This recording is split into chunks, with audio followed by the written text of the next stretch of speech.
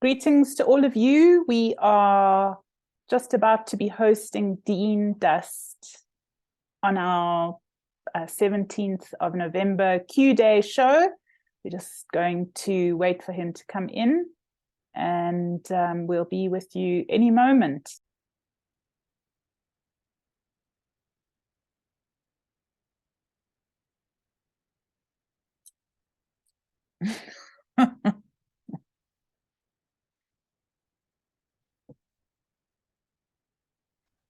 Hello. Hi. Hi. My apologies. That's all right. I've been staring at myself on the computer for an hour. An hour? Yeah, because it's 18:14 now.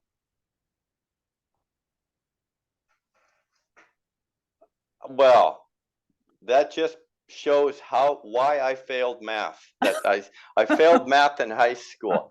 I thought 8 o'clock was here. 8 o'clock my time was 5 o'clock your time. Okay. And so that's wrong. All right. That's what I thought happened. So because I think we've switched timelines now. I think there was an hour's switch since, right? You got it like an hour's. Anyway, it's all right.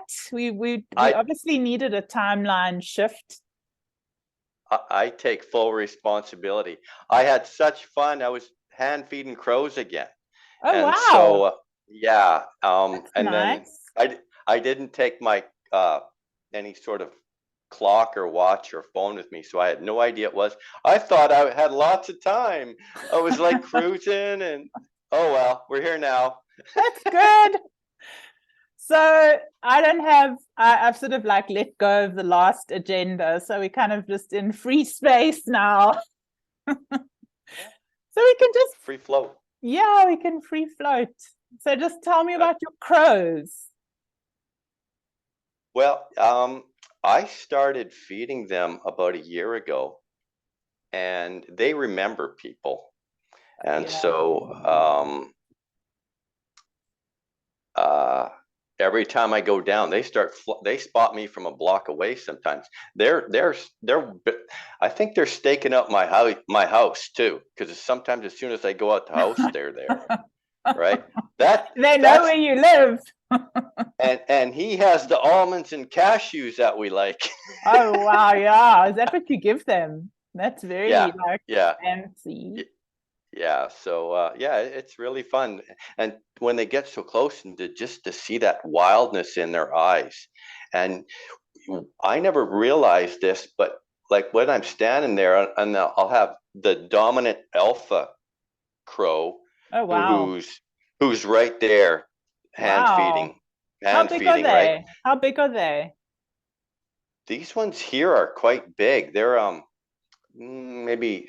Some of them are about 8 inches tall standing. They're quite large from what I recall my mom telling me. The crows they have are much smaller. I don't know if it's because they're closer to the ocean, but some of them I thought were ravens. But anyways, what I noticed is that as the alpha male is or alpha female, I don't know, right? As the alpha one is there, the rest of them kind of go out in waves, and it's based on the pecking order that they are, and I didn't realize that, right? So it's really neat just to watch that. Yeah, nature is so wild. Wow. Love it. How beautiful. How gorgeous. So they come to your hand? Yeah, they'll take it right out of my hand. Wow. Yeah. How incredible. No wonder you look so happy. So invigorating. And you look a lot more awake than the last time we spoke, which was like, I don't know what time in the morning for you, 5 o'clock or so. Yeah, it was the crack of, oh my God. Totally. Your cheeks all pink from the coffee. Yeah. So, we're here now and feeling well. How are you feeling? Yeah, I'm okay. And it's 18:18. So that's what I thought. I thought, okay, we're going from 17:17 to 18:18. So that's good. That's like an adjustment, right? An adjustment. And I can add something to that, because as I was making my way back, I like I mentioned before, I've watched license plate numbers for the last my whole career of driving a bus, right? And I spotted this license plate, and it was 7111. Okay. Oh, that's like a 11117 backwards. Woohoo! Okay. Yeah, I know. Actually, I noticed the 11 o'clock. It was at 17:11. I noticed the time, and today is obviously the 17th of the 11th. So I just posted in the little ultraviolets group at that time. So that would have been the number plate, right? That you saw. 7111. Yeah. So that's the day today, right? All day long. But we're on a slightly different timeline now, which is a good adjustment. Yeah. I thought maybe we could start with a bit of a conversation around gematria, actually, because I know you kind of interested in it, and numbers and consciousness. And I mean, just if there's anything that you want to say or share about it. I know we haven't really spoken about it much, but it's become like a really important part of people understanding and sort of decoding moments and time and synchronicities and that kind of thing. Yeah. I never even knew the term gematria until, maybe a year ago. Yeah, me too. I was like, what's gematria? Yeah, exactly. What is it? So I'm not proficient on that in terms of explaining anything other than sharing that numbers, everything that happens to us is the universe is constantly, as we know, the universe is constantly reflecting back whatever to us, right? Based on our innate consciousness that we've operating at, right? And the more we observe what's going on in the little things that we notice, the little tiny pebble on the corner, or the little ladybug, or whatever. For myself, it was numbers. And I mentioned this to you before, Amanda, but I'll share it again because it was a good one. Is this was in 2021. It was the 7th month of 2021. So that was July. And I in the morning before I went to work, I was on YouTube, and I was watching this story about this earthquake that happened somewhere. I don't know if it was Yellowstone or someplace in the United States, and the earthquake had 77 aftershocks over the course of 7 hours after this earthquake occurred in the 7th month. No ways. And that afternoon, I was working. I picked up my bus, and in the course of a 90-minute loop on this bus ride, 3 different cars pulled in front of me, and they all had 3 different ones. They all had 777 on their license plate. Wow. And that was the first time I ever saw 77 on a license plate. Ever. Wow. So 3 and 90 minutes on the day with those earthquakes. Whoa. What? I go, okay. Something, the universe is trying to tell you something. I don't know what it is. Things that make you go, Yeah, pay attention, be present. Pay attention and be present. And that's just it. And I never, we kind of chatted about that 144, right? Remember? Yeah, tell me a little bit more about it. I mean, I know, people, the 144,000 souls and 144,000 sort of the geometric, I don't know, sacred geometry structures. There's all sorts of, I don't know much about it, but tell me what it is for you. Yeah, same thing, exactly. And I encourage anybody that's curious is just do a search on 144 and see what you find out, right? Because it's just another way of being curious and looking at this stuff. But what I recalled is you're going to be really surprised when I tell you this one is my like the phone numbers that you guys have in South Africa, are they like 7 digits? Is that what a standard phone number is? 7 digits? I don't know. I have to count. 078. Oh. Not on a cell phone. No, it's 10. It's 10 on a 10. Cell phone. Yeah. Okay. So, and then for us, it's 10, including the postal code or the zip code at the front. But anyways, the basic phone number is 7 digits. Yeah, if you take the 3, of the whatever. Yeah. I mean, yeah. So my phone number from 1997, for 4 years, starting in 98, my phone number, I'm not going to say what the phone number was, but my phone number consisted of a 0 in the middle, and then the 3 numbers on each side were 441. Oh my God. And I never put the 2 together until about 6 months ago. Oh no, that's crazy. Yeah. So so what is the story about the 144,000? I think there's layers of that.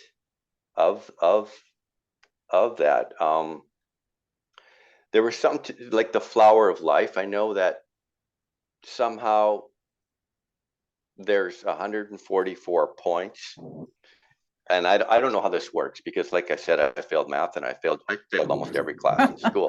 How did you get through school?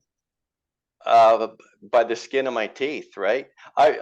Did you download the answers? You downloaded them. I crammed last day before a test, and if I got 51 or higher, I was okay with that, right? I knew I was getting programmed. I knew it. Right? Most of it was garbage. Most of it was total lies.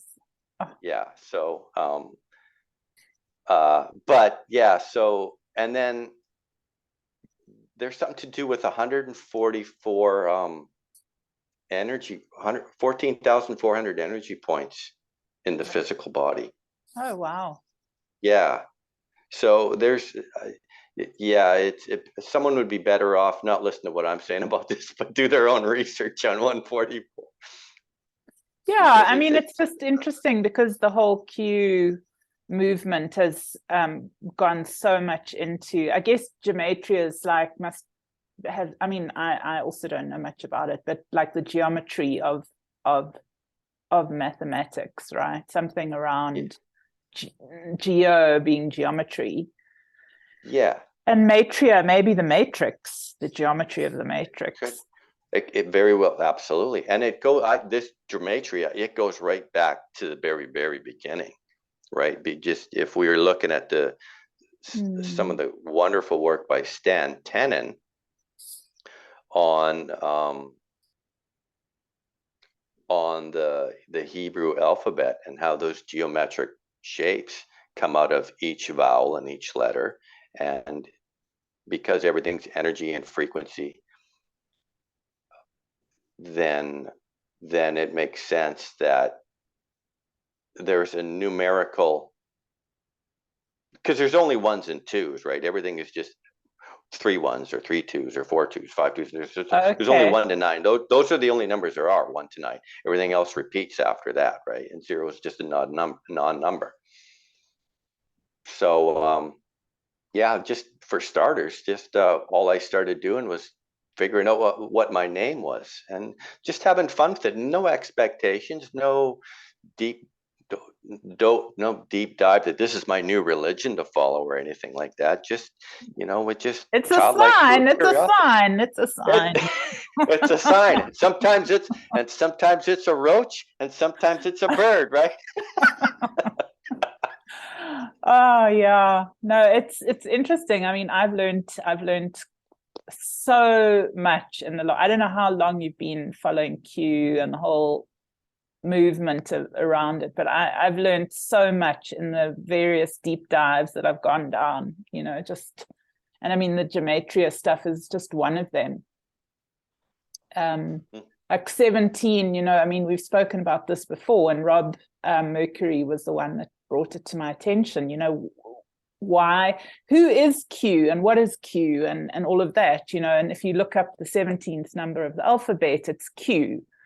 So that's why the number 17 became an indicator of the letter Q, and then the letter Q became an indicator of a movement that was trying to get the piece of the Q that had fallen down, back up so that it could be looked like the theta sign, which is obviously theta is a state of brainwave, right? It's like a sort of closer to more blissful, transcendental, natural state of consciousness. So that's kind of what we're trying to that's what the 144,000 plus are doing here. Yeah, that's what we're all doing here, right? And we're all we could go down the logical mind chase of trying to understand everything from a logical perspective, and that gap, that void will never be filled. It's an unquenchable thirst, right? But since everything is source, everything is God, if we will, then Q is God, Q is source, right? And all these little, whether it's gematria or this, that, or the other, they're just little breadcrumbs for us to lead us back to source, our natural state. And so if we can just, be comfortable with not knowing, be comfortable with being uncomfortable with not having all the answers, being uncomfortable with just letting things unfold without attachment to any sort of expectation, and be open and not rigid, because then we're always what I wanted to say about it, because we just kind of we're just free flowing with our new timeline weather, but it's like if we consider that we're living in a grid of consciousness, and that each point on the grid would obviously have a geometry, right? It's like even each word, I mean, we know through, like, for example, Dr. Emoto's work with words, the water and sound and water structure, we could clearly see that, and also the cymatics experiments, that as the frequency shifted, so the geometry patterns changed. So we know that, and don't ask me to quote the Bible very accurately, because I'll definitely botch it up, but something like, in the beginning was the word, right? Like, or was there another beginning? Am I wrong? Was there something else at the beginning before the word? Was there sound? I don't know, and I guess I don't need to know, right? Because it's just another question. But in the beginning was, I don't know, it was the word, and the word was, God. The word moved out of the depths of kind of the void through frequency and into some light form of manifestation. And that manifestation has gone through different frequency levels and into an infinite consciousness. I like that we live in. And so each point on that grid of consciousness would have a different geometric pattern or structure which can be coded, and it can be decoded and recoded. And so I mean, that's a lot of what I do with people when I talk about family constellations. The whole idea behind a constellation and the knowing field is that you can tap into the consciousness codes of anything, and deconstruct it and reconstruct it. You can tap into memory of any time. You can go into a geometric morphogenic field of a potential timeline. You can do so many things with this like malleable structure of time and space, Mm-hmm.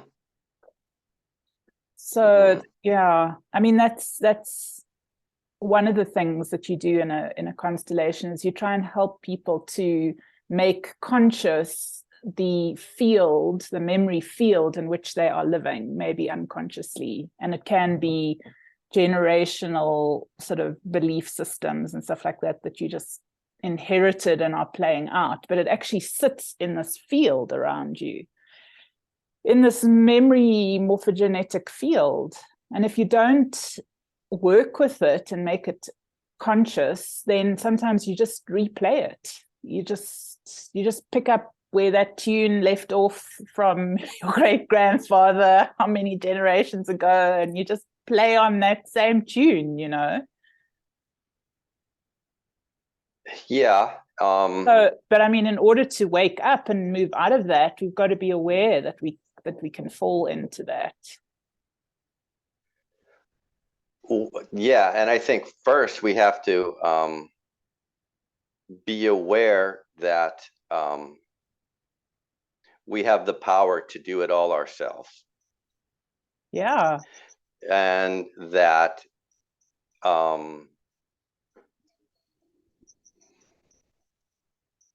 that the greatest thing we can do is to become intimately aware with all our, as uncomfortable it is become intimately aware of the fact that we've all our own suffering we have co-created, and until we can do that, then we really can't access more bandwidths of consciousness, because that the expansion doesn't come from more out here. It comes from letting go of shadows that we have to shine our light on and own and look at. And that's why we're all here, is to help others or help us. We're all here to help each other find little ways that we can do that, but the work comes to ourselves of going deep within and accepting like I can only share about myself. Like, there was cases when I was a kid that I was a real asshole to people, and this was coming up, and I'm like, why is this coming up? And I go, I thought that wasn't cool, right? And then it would come up again. Well, okay, I own it, and I'm sorry. I appreciate that happened, and thank you for being the whatever was antagonizing me. But I own it, and I let it go, and I'm not going to carry it any longer. And stuff like that. A lot of that came up for me, and then what I did was I put out is sort of a request to the universe, and for all how I worded it, I have no idea, and how the wording is irrelevant, right? It's just the intent is for all the here, I'm throwing out a label here, but all the bad things that I did, all the negative things that I did, that I remember, I let them go, and the ones that I don't remember, I let them go and I heal them. I'm not going to carry them anymore, and I'm grateful that they made me who I am. And they were learning experiences, right? Because I don't believe they're all coming from the same place of hurt, pain, trauma. They're all coming from a layer of egoic self that is protecting itself. So we don't have to go into each detail of every little thing that happened. We can do a broad sweep of it. And let it go as I just release you all, even the ones I don't remember. Thank you very much. Right. Yeah. I'm leaving this neighborhood. Goodbye. Yeah. This neighborhood of attitudes and whatever. Yeah. Yeah. And then you change your tune, right? It's like playing a different song. It's like, okay, I'm done with that one. That's sad. Sorry. Cowboy music, whatever. Yeah. Yeah, but I like the idea of I mean, so I've got a number of thoughts that are happening at the same time, so I've just got to track them. But the one is around sound. I wanted to talk about sound and music and epigenetics, but I also wanted to talk about bandwidths of consciousness, because that's also an interesting. Because, you know, in music, you've got octaves of 7, right? Mm-hmm. Don't you? And so you work, yes. You work, and sort of each group of 7 would be maybe similar to, I don't know, like a different frequency bandwidth, right? Is it 7 or 12? Well, octaves? Like I'm just thinking, like on a piano, you've got 7. Oh, okay. So I'm just trying to link into the 7 thing that you spoke about earlier as well, like why all the 7s? So you've got 7 notes. I mean, I don't know, what have you got on a guitar? I failed guitar lessons too. How many? So how many strings have you got on a guitar? I just taught myself guitar. But there's 6 strings, but I think there's 12 octaves. I really don't know. I just play it, right? And I really was envious of people that could play the piano, because I couldn't do that. It was too confusing for me to look at. But I know what you're saying is, and with the octaves, because I recall there's a lot of great work that was done, and a great body of work left behind. And his work is on YouTube. And it's his website or his site on YouTube is Awakening Consciousness. Mm-hmm. That's one, and he has another one. His name is Franco Di Nicola. Okay. So he has the Franco Di Nicola podcast series, and I believe it was in there that I heard Franco mentioning in terms of consciousness is.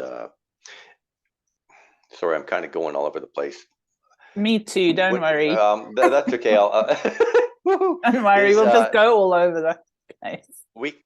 We can, like the term of 3D, 4D, 5D, 60, 70. It can be misleading because a dimension, it sort of sounds like it's a place, as opposed to I like using the word hertz instead. So I'll use hertz right now. So from how I'm viewing this is that within a bandwidth of consciousness, there's 7 hertz frequencies. Mm-hmm. So 7 rays of the sun, 7 rays, just like 7 rays coming out of the front of a pyramid, or the the front of the Pink Floyd album or whatever, where the source is coming into the pyramid, and then there's 7 rays coming out.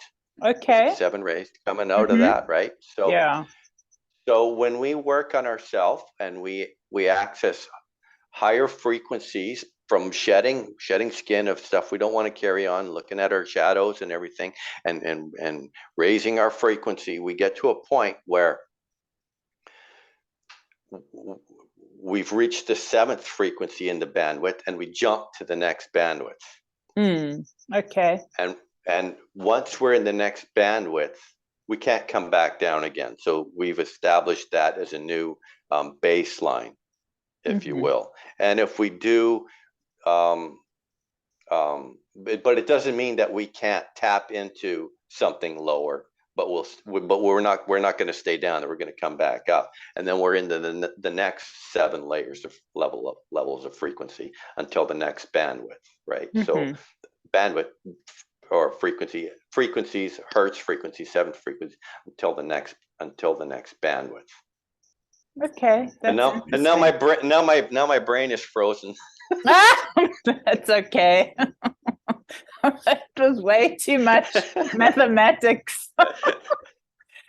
I was just going to talk about epigenetics. Do you know about epigenetics? No, not so much. Please fill me in on that's. So when, about, let's say, I think it was about 100 years ago, the scientific revolution kind of into quantum physics happened, and there was a whole shift of paradigm because everything was sort of linear, physics, and everything was about the seen world and the manifest, and it was all about measuring the outside.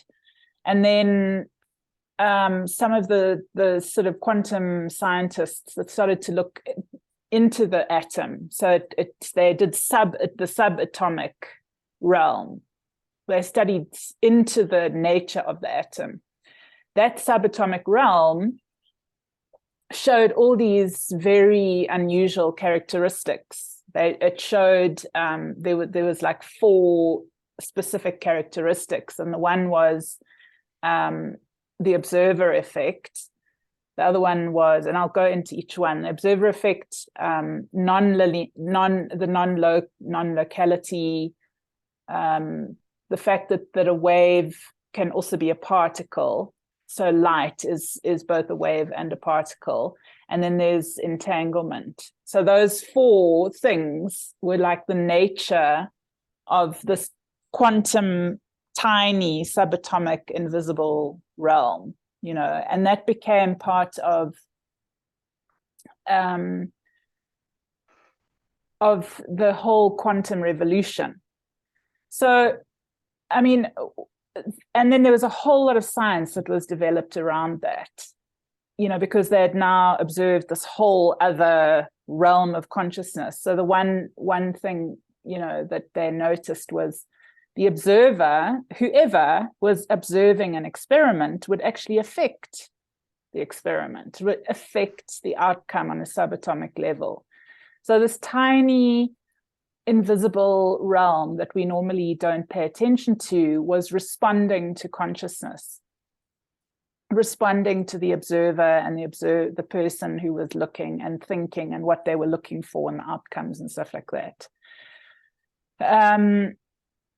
And then, the other parts of it I can go into as well at some point. But the most important thing was that they realized that we're living in this participatory universe, and that, below physical existence is this invisible order of consciousness that is responding to us looking, thinking, being.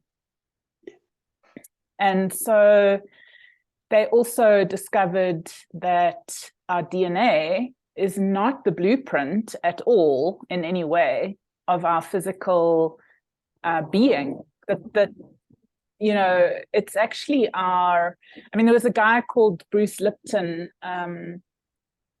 who was kind of one of the forerunners of sort of quantum biology in a way. And he just noticed that perception was a key to switching the genes on and off. And that depending on the person's perception of the environment, that perception would send a signal to the genes, and that would cause an activation. So as to which genes were like which things had propensities to express. And so that became the whole idea behind epigenetics. It means that there's not just the gene pool that is fixed. There's this layer above, which is kind of like responding to the environment signal. So our thoughts and our perceptions are creating a signal like music, almost like the cymatics thing, like we are the sound, we are the signal, and depending on the way that we are perceiving the environment is how our genes are expressing. So we can literally shift everything.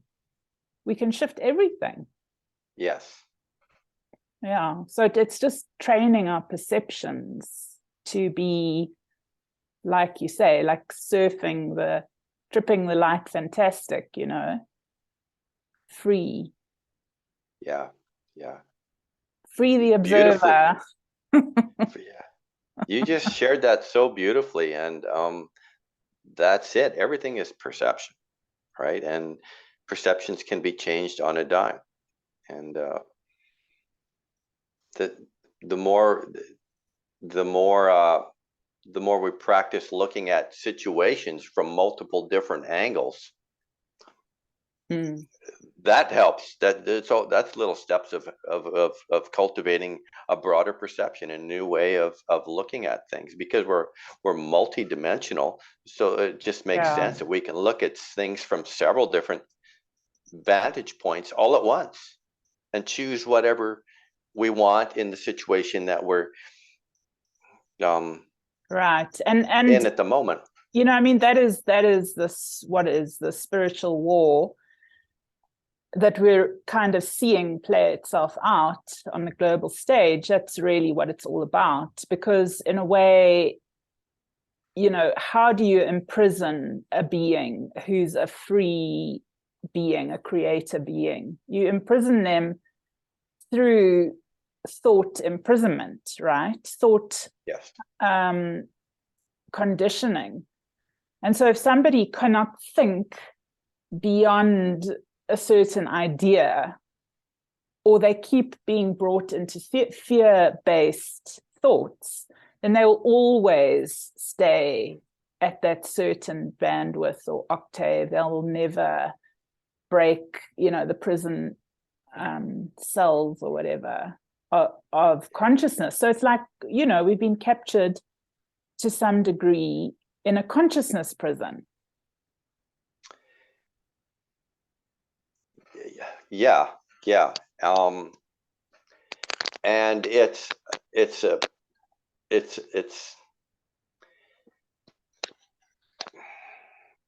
and we can look at that as also as because what for myself, prison implies it almost has an absolute to it. Like it's almost right. And like you can never get out. Yeah. And it's not about never getting out. No, you can get out. You just have to wake up. And we just have to wake up. So it's more of like an opportunity to experience restriction so that we can break those barriers and expand more, right? Because we don't expand, just like is if we want to master sailing, we're not going to master how to sail in calm waters. We want to go out when it's stormy and there's waves and there's rogue waves and there's rough waters. That's how we get better, through adversity, right? Through adversity, massive adversity, yeah. Massive adversity. So the cabal are, whether we want to believe it or not, they're doing their part on this playground because we don't expand without some sort of adversity, and that's what they're doing, right? So, but underneath it all, we're all source. Everybody's source. So as soon as we start pointing the finger, saying you guys are bad, then we're judging, and we're judging ourselves, because they're source too. There is no them. There is no us. That's just I don't even know. Can't even put it into a word, but it's it's part of the prison trap. Hey, it's part of the trap of consciousness because of that duality duality. If you're stuck in a duality, us and them, then you are going to be stuck there for a very long time. Yeah, exactly. And very well said. I'm glad you pointed that out, because some people are going to spiral in duality. Some people aren't going to ever, they might not get out of that until. Yeah, well, it's a really,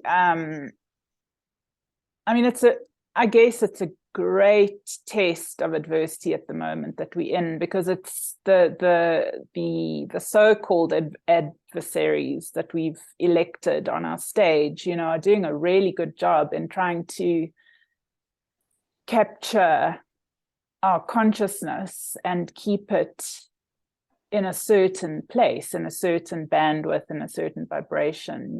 It's like, I call it, it's like the battle for the frontal lobe. It's like, well, where are you looking? What are you thinking about?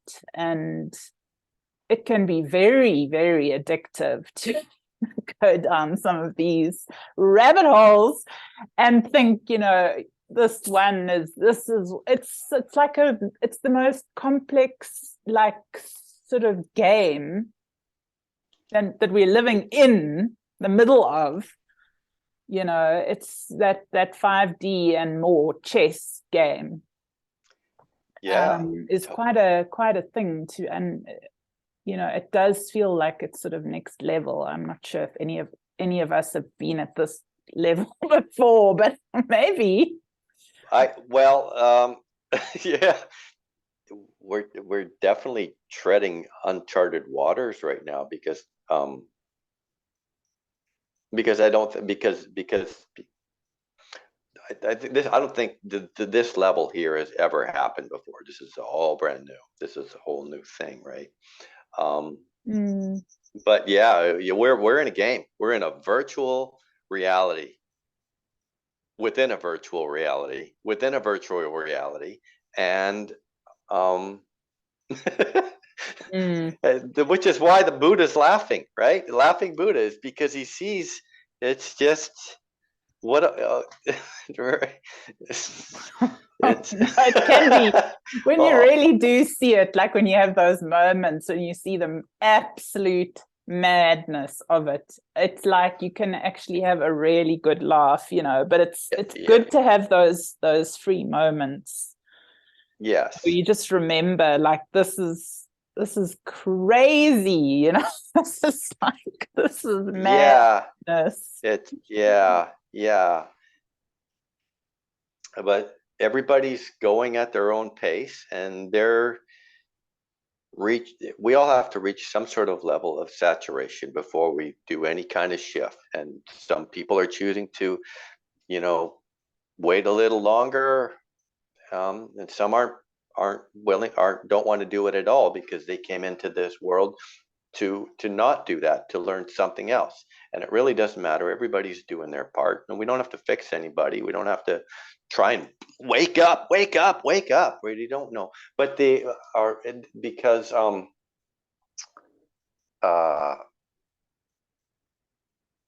everybody, we can't force a flower to open, right? It just opens when it's ready. But for some of us that, we've been waiting for a long time for this to happen, right? And it's getting part of us is getting a little frustrated, right? I thought this was going to happen 2 years ago, right? And these are the different kind of waves coming in, and it's getting louder. The noise is getting way louder out there. Things are so freaking obvious out there, and it has to be. And there's still people that are choosing not to see it. They're not connecting the dots, right? And so it's going to keep ramping up, and it's going to have to be blatant, to the point of blatant, before some people might get it, right?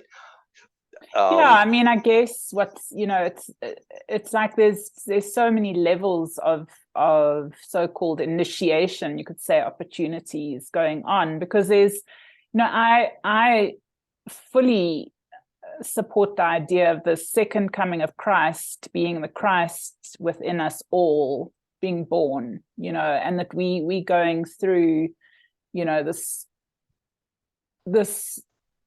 great initiation of understanding that we are not our bodies, you know, we are not this lower vibrational consciousness, and that really it's, you know, the full awakening of this sort of God, you know, the God realized self that is happening all over the planet, but like you say, at different levels. And some people are like stuck in a certain corner.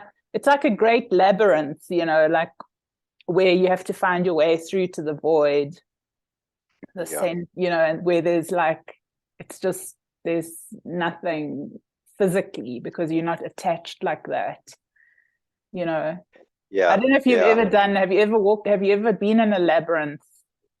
I have, yeah. Yeah. It's been a while. Have you?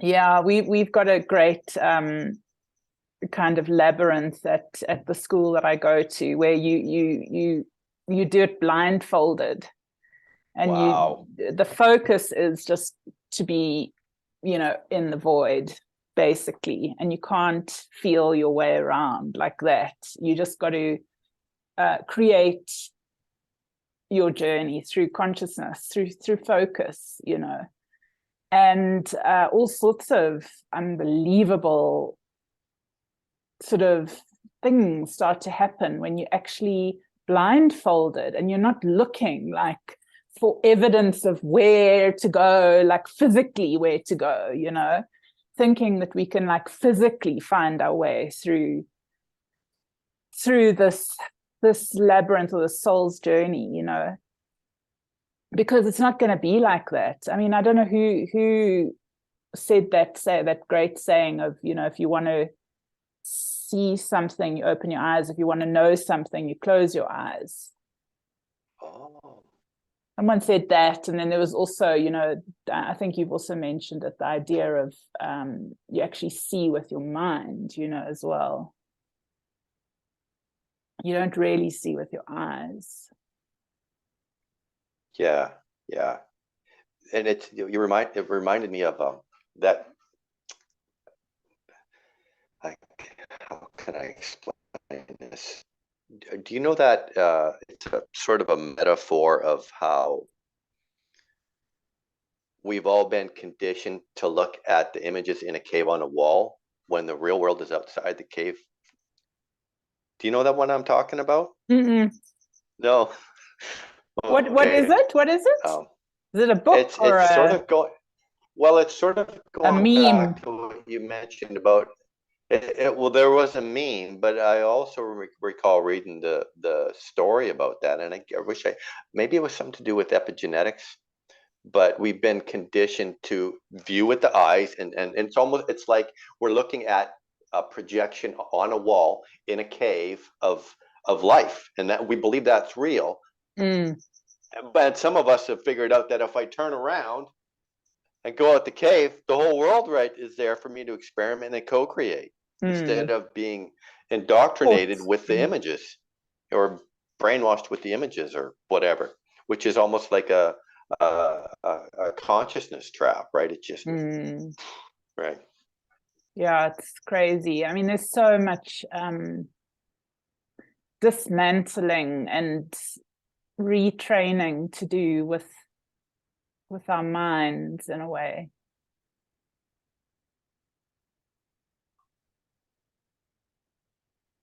Yeah,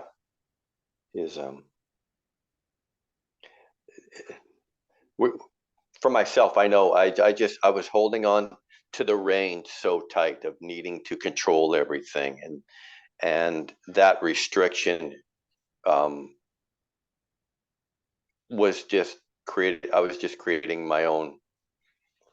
I just kept looping, right? Because I wasn't allowing stuff to unfold. I was always trying to control everything.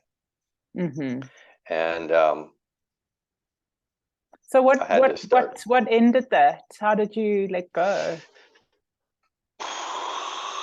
It was when my relationship, when I was supposed to get married, was was when that ended, and Oh, wow. I just realized that I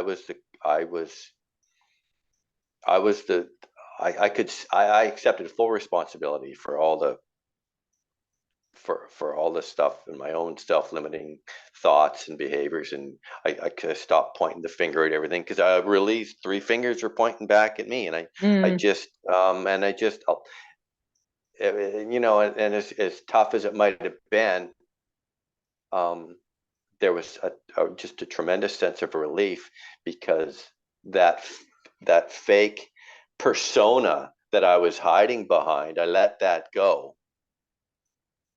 And Wow. then I realized that allowed my true self to still be there, right? There was, and it, because we fear that we fear the death of the ego. The ego has to die, and if the ego doesn't die, then we're just going to keep, you know, sitting in the back seat of the car, right? We're not, then the ego sitting in the front seat. So I reached the point where enough's enough is in,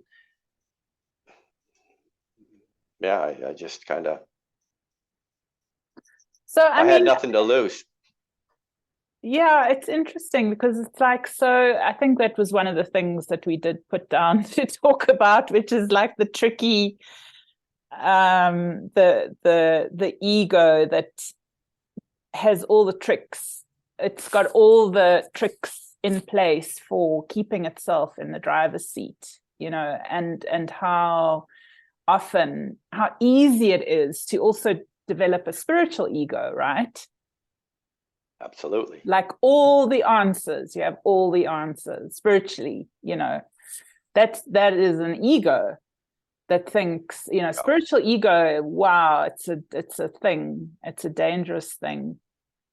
I mean, it's an obstacle to overcome for sure. It's yeah, and it definitely has to be overcome, but it doesn't have to be condemned or anything, because it's serving a purpose, right? And that purpose is to create some adversity for us to expand upon, right? We don't expand if there's not something we need to expand past, right? So it's just a matter of appreciating that the ego is multifaceted. It can wear any hat it wants to, and that I think what really helped me, I know I read this book on deprogramming the mind, and one experiment that was, well, there was a couple, but one I'm not going to share because it's kind of crude, but one was was practice not saying the word I. Go a day. See if you can go 20 minutes without ever saying the word I, especially when you're talking to somebody. Try not to say that, because what it does is it creates, when we catch ourselves, it creates a pause, and then we start observing our thoughts. It puts us in the position of becoming the observer. And that was really helpful for me to do. Okay. Oh man, I made it 5 minutes. Wow. Oh yeah, right. Because we've conditioned, since we were so little, we were conditioned to identify the word I as us. I is not us. I is it's an aspect of us, but it's not us. It's an aspect of our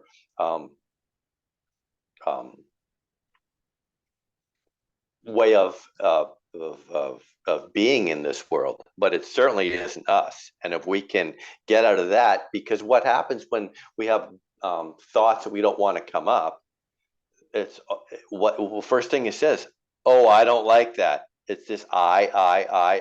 So if we learn to disidentify from I, then we've just kind of gained some of our innate power back, right? And that's really it can be really powerful if we go down that journey of Disidentify. It's identifying. Yes. But then there is the spiritual eye, which is the great observer. That's kind of like the spiritual eye, that unconditioned consciousness that isn't like a separated self. Yeah. For myself, so I can clear that in my head, is I don't identify myself. Here I'm throwing out the word I, right? is identification of I as is the observer doesn't work for me, because observer is behind the curtain. I is up front of the curtain. Mm-hmm. Right? So well, I mean, I've in my practices, in my experiences, there's different levels of this I. So, you know, it's almost like each bandwidth backwards towards the source has a different experience of this I. So there's like the monkey mind I, you know, the self, small self, which is like, you know, our identity box in this lifetime. You know, that we're this body and this name and this age and this color and gender and all those things. That's like the small self I.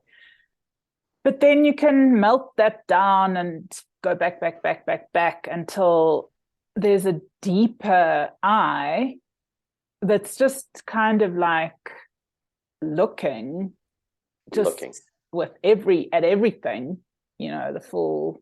It's a bit like that that picture that you posted in our group on the cat that lies across the whole chessboard. Yeah, it's like that one that's owned being all the players, you know. Yes. Like that's like a deeper I self. Okay. Yes. Almost, I don't know. I mean, the eye of God, you know, people are like, oh no, you know, don't go there. That is awesome what you just said. That reminds me, there's have you ever heard of David Hawkins? Mm. And he has a book, it's called The Eye, the letter I, the eye of the eye, as in I, which is what you were just describing. That silent witness that has remained unchanged through our whole life. It's just always been there. It's just the windows of the soul. And I mean, I think, you know, what I've noticed is with this spiritual war that we're in, they're trying to control that I, that observer, and create all sorts of sort of, like you could say, false flag events around who we are, you know what I mean? Like, it's almost like the enemy, you could say the enemy in inverted commas, or the adversary or whatever.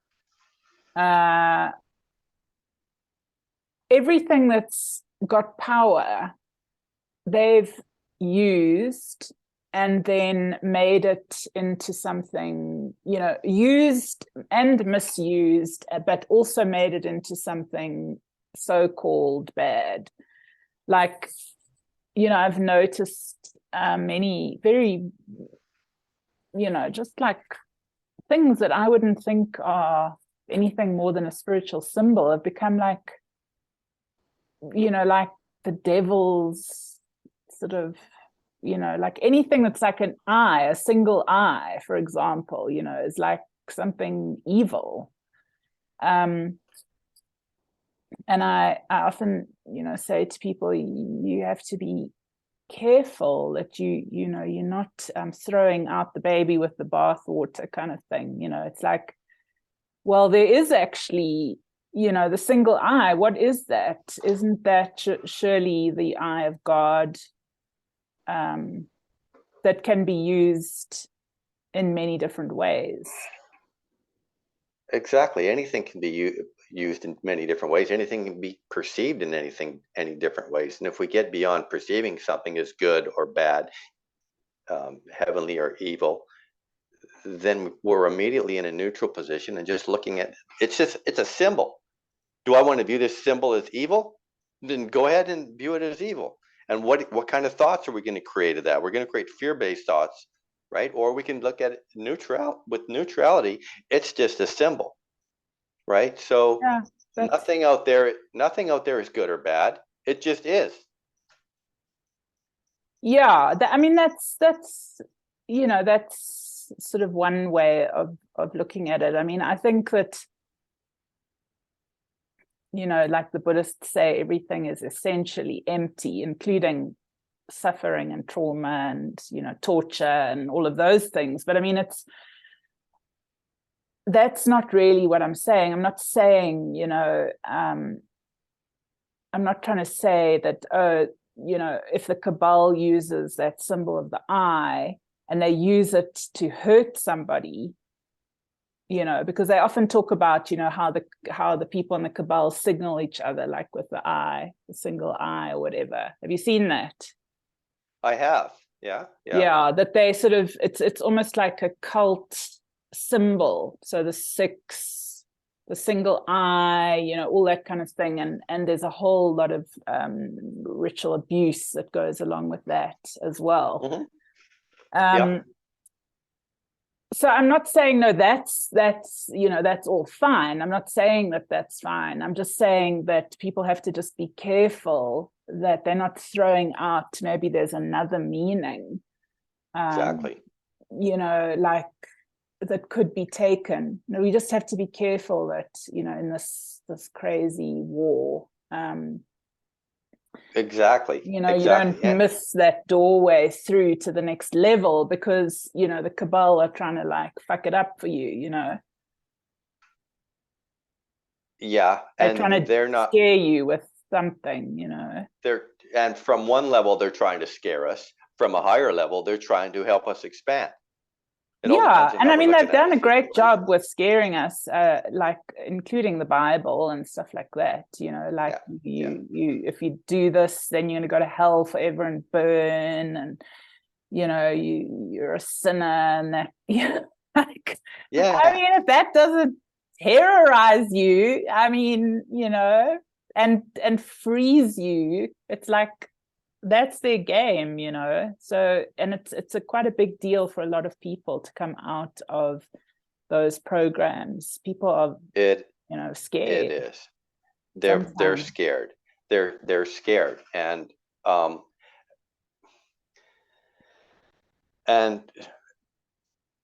if our vantage point is that I'm just a human, and I haven't accessed my higher selves and the God within me. Then we have a really restricted and restrained outlook on who we are, and so we're going to be scared this, that, and the other. If we've accessed higher or more of our innate capabilities, then we can see that I am the universe. I am all. I am part of source, and anything that happens is just happening, and it's just the play. It's just it's so hard to put things into words, but when we take life so seriously, to the extent that we're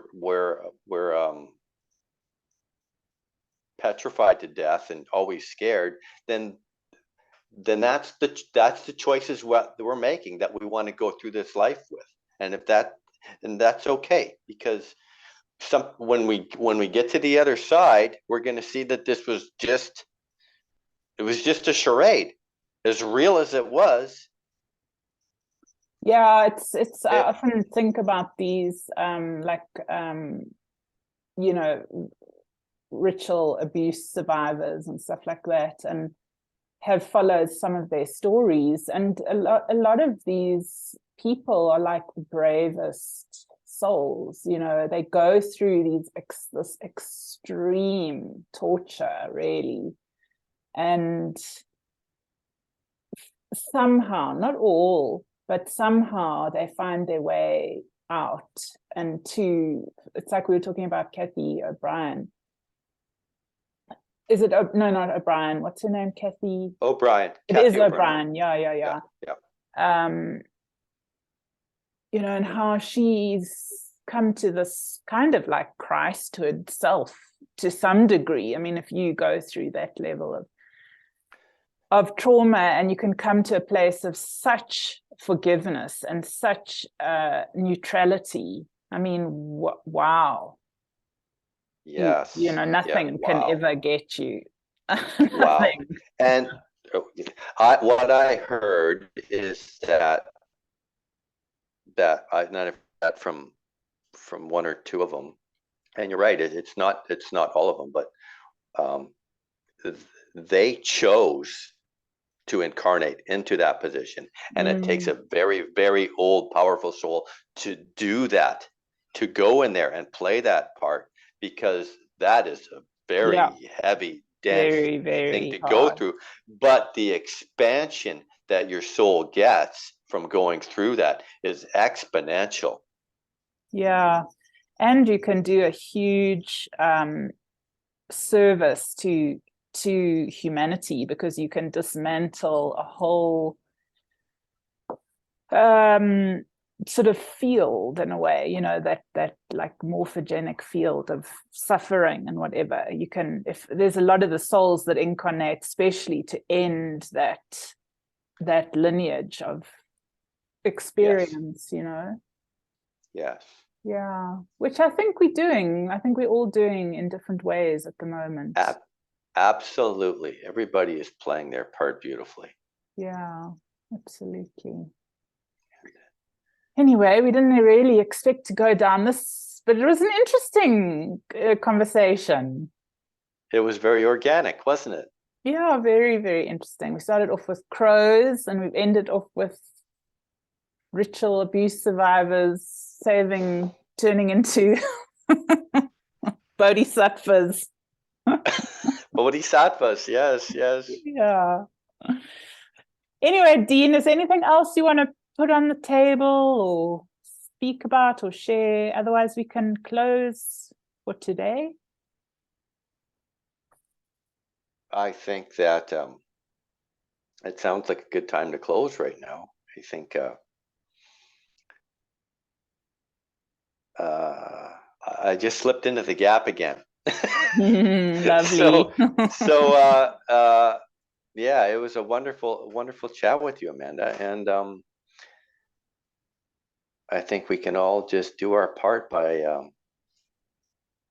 living in the moment and being grateful and learning to be the observer of our own thoughts and take back our own power, and go with the flow. And it's almost like I'm thinking of the Matrix movie, where Neo, he's out on the buildings, and he wants to jump, but he doesn't jump. Then right and that's where a lot of us are, right? Is that we want to hold one foot back, we don't want to jump into the abyss, right? And we have to make those uncomfortable leaps, because that's where because expansion happens at the edge of our comfort zone. We got to breach that wall. Yeah, into the abyss. Well, maybe that will be our next topic of conversation. Oh my goodness, so nice to chat to you. I'm so glad we could have this time together. Such a pleasure and privilege. So thank you so much. It was so. I appreciate that very much. And I'll be on time next time. It was fine. It was really perfect, because I just think we somehow had to, like, I certainly needed to just let go of a plan, just be in a no plan. And I'm sure it was much more interesting because of that. You had some Amanda time. Yeah, exactly. Awesome. Totally. Well, you have a wonderful evening. Lovely. Thanks so much, Amanda. Lovely Blessings. to see you, and we'll chat again Appreciate it. soon. Will do. Take care. Bye. Bye.